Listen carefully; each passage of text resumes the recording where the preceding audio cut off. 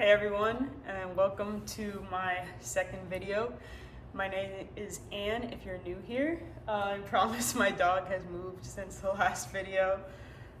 Today I just thought I'd go with a sort of mid-year check-in tag and talk about my favorite books of 2024 so far. So I just picked 6 of my favorite books to give a little summary of my reading so far this year. I've read 24 books. I just finished my 24th last night, and I'm in 3 book clubs, so actually a lot of the books I read are just books from those book clubs. And I really like that because it helps me read books that I never even would have picked up at the bookstore if they hadn't been chosen by other members of the book clubs. And as you'll see by my favorite 6, that book clubs have actually really made a huge difference in what my favorite books are and the types of books I read. So without further ado, we'll start. And these are in no particular order, except for how thick the books are, because I don't know, I can't rank them. So we'll start with the least thick book. Here we've got The Nickel Boys by Colson Whitehead. And I had actually read 2 Colson Whitehead books before this one. One was The Underground Railroad and the other was Harlem Shuffle. And I didn't love those, actually. He's not one of my favorite authors. He's an amazing writer, but the stories just aren't really, they hadn't really captured me before. But I'd heard this one was one of his better books, and then it was picked by a member of one of my book clubs. Shout out Paige. And this one won the Pulitzer Prize a while ago, and I loved it. It was amazing. It's not very long, which is nice because I did only have 2 days to read it before book club, and I was able to finish it on time. But it's about a juvenile correctional facility in the South, and it follows the main character Elwood, who gets placed in the facility after sort of a series of unfortunate events. And the facility is called Nickel, and it's kind of a thriller with twists, but also very, very sort of sad but character-driven book, and it keeps you interested until the end. So I definitely would recommend this.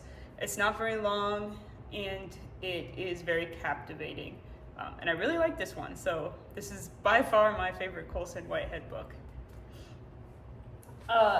Next up, no surprise if you saw my last video, we have Dune Messiah, which I absolutely love Dune, which I also read in 2024, but the reason I have Dune Messiah, which is the second book in the Dune series, in this list is just because this may be I may like this book more than Dune. I'm not absolutely sure, so don't hold me to that, because Dune was just super revolutionary with its world building, but I just thought this was the perfect follow-up to Dune. It completely changed my opinion of Dune in a way that I loved, and just kind of left me mind blown. It's also a lot shorter than Dune, which is nice. A lot faster paced, more based sort of in philosophical concepts rather than all the sci-fi elements of Dune, because the world's already set up by the time you get to Dune Messiah. I can't really say much about the plot because I don't want to spoil Dune for anyone, but this is an excellent follow-up. I definitely recommend reading this second book in the series if you enjoyed Dune.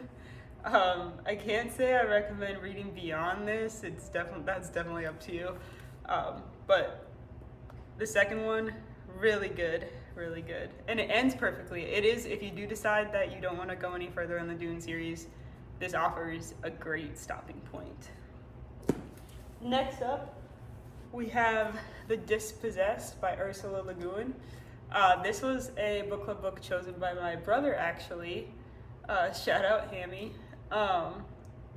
And yeah, it's a sci-fi novel, which I don't read too much sci-fi, even though I have Dune in here as well. But it's about two societies. One's kind of Earth-like and capitalistic, and the other one is a society that exists on the moon planet of the Earth planet, and that society is completely anarchist and a little bit communist. And this book is about a scientist from the Moon Society that goes to Earth to help them try to have their spaceships reach light speed. But it's not very much about science and more just about the differences between the two societies, because the anarchist scientist experiences the capitalist Earth for the first time. And what I did like about this one is I couldn't really tell for most of the book where the author stood on which society she thought was better, and just let the character experience the pros and cons of both. The author was also a woman, which for when this was written, I think it was published around the 60s. But to have a female author write a male character was a very interesting perspective, to have him travel from the Moon Society to the Earth Society and experience the female characters in both societies. I thought this was a very well written, interesting story. It is a little long. It's like almost 400 pages, but it definitely is worth the read. I liked it a lot. The next book, I love memoirs. They're amazing. I'll read pretty much any memoir of anyone I'm interested in, and I heard good things about this one. It's Down the Drain by Julia Fox. If you don't know who Julia Fox is, you can look up Kanye West's girlfriend with eyeshadow. Now she's a little bit more famous, but she's probably most famous for dating Kanye West for like a second. But outside of that relationship, she's an amazing person. Her life is really crazy, really funny, and this memoir is not ghostwritten at all. She wrote every single word herself, which is not very common in this day of age with memoirs. And yeah, it was interesting. It had me laughing and made me emotional. Yeah, definitely recommend this if you're into memoirs. Even if you don't know a lot about Julia Fox, I didn't know too much about her, besides like the memes and whatnot. And I don't know, I wanted to read this, and I picked it up, and I liked it a lot more than I thought I would. So definitely recommend this. Not for everybody. It's a little bit raunchy, a little bit disgusting in some parts, but it's good. Yeah, she's a cool person. Next up, we have The Pale King by David Foster Wallace. As I mentioned in the last video, I have read Infinite Jest by David Foster Wallace, which is definitely his most famous book. And after reading that, I was interested in reading a little bit more from him. I couldn't decide what I was going to read, but then I just went to the bookstore and they only had this one, so I didn't have much of a choice. But this is actually the last book he wrote before he passed away. He didn't finish it, unfortunately, so this book is sort of put together by somebody else based on the order they think it should be in. And I don't think that person even knew whether David Foster Wallace had finished the book yet. When it was found, there were a few chapters that were ready to send to a publisher for an advance, but other than that, it wasn't necessarily complete. However, that's sort of okay with this book because it is a book, and even David Foster Wallace said this as he was writing, it's a book that nothing really happens in. So even though there's not really much sense of an ending, there also is, because there's not really a big event at the end or anything, or any like indication that it's over. But it's about employees at an IRS regional examination center, and it just follows the different characters and their quirks, and it's really a book about how to handle very mundane and boring jobs, and how the more you can pay attention to boring tasks, it seems like the more success you have in the world. And the different characters grapple with that concept and struggle themselves to pay attention. And I thought it was really great. It's interesting. It's a lot easier to follow than Infinite Jest if you have ever picked up that book and struggled, because Infinite Jest, I know this book is very thick, but Infinite Jest is even thicker and a lot more confusing.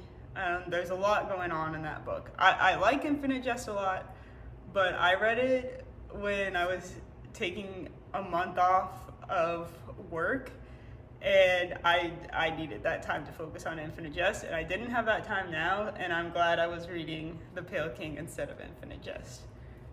But this is a great book. Last but not least and most thick, we have Death's End by Cixin Liu. This is part of the Remembrance of Earth's Past series, otherwise known as the Three Body Problem series. If you've seen the Netflix show or read any of the books, this was just an excellent finale to the series. Probably my favorite in the series, if not Dark Force, the second one is. But yeah, Death's End is absolutely amazing. It's just the culmination of everything that the first two had, and it's executed, in my opinion, perfectly. It had a lot going on, very confusing, lots of 2D, lots of 3D, lots of many dimensions. What I do like about having the TV show now alongside the books is that the books are not written in chronological order. So something that happened like at the very beginning chronologically, you don't really find out about until like a little bit into this book, which is the third one, and that's like 1,000 pages into the series. And in the TV show, you find out those same things in the first episode, because the TV show is in chronological order. So it's really nice, but I definitely would not recommend watching the TV show if you plan to read these books before you finish the books, because there's not necessarily spoilers, but or huge spoilers, but there are just little things that you don't find out about until this book. So the TV show might confuse you if you're not completely finished with the show. But yeah, those are my top 6 books of 2024 so far, in order of thickness from least thick to most thick. Let me know if you've read any of those or what you think, or if you have any suggestions. I'm always down for different people's suggestions on books. I'm thinking I'll do some sort of bookshelf tour or something next. But yeah, let me know if there's anything specific you want. Otherwise, I'll see you in the next one.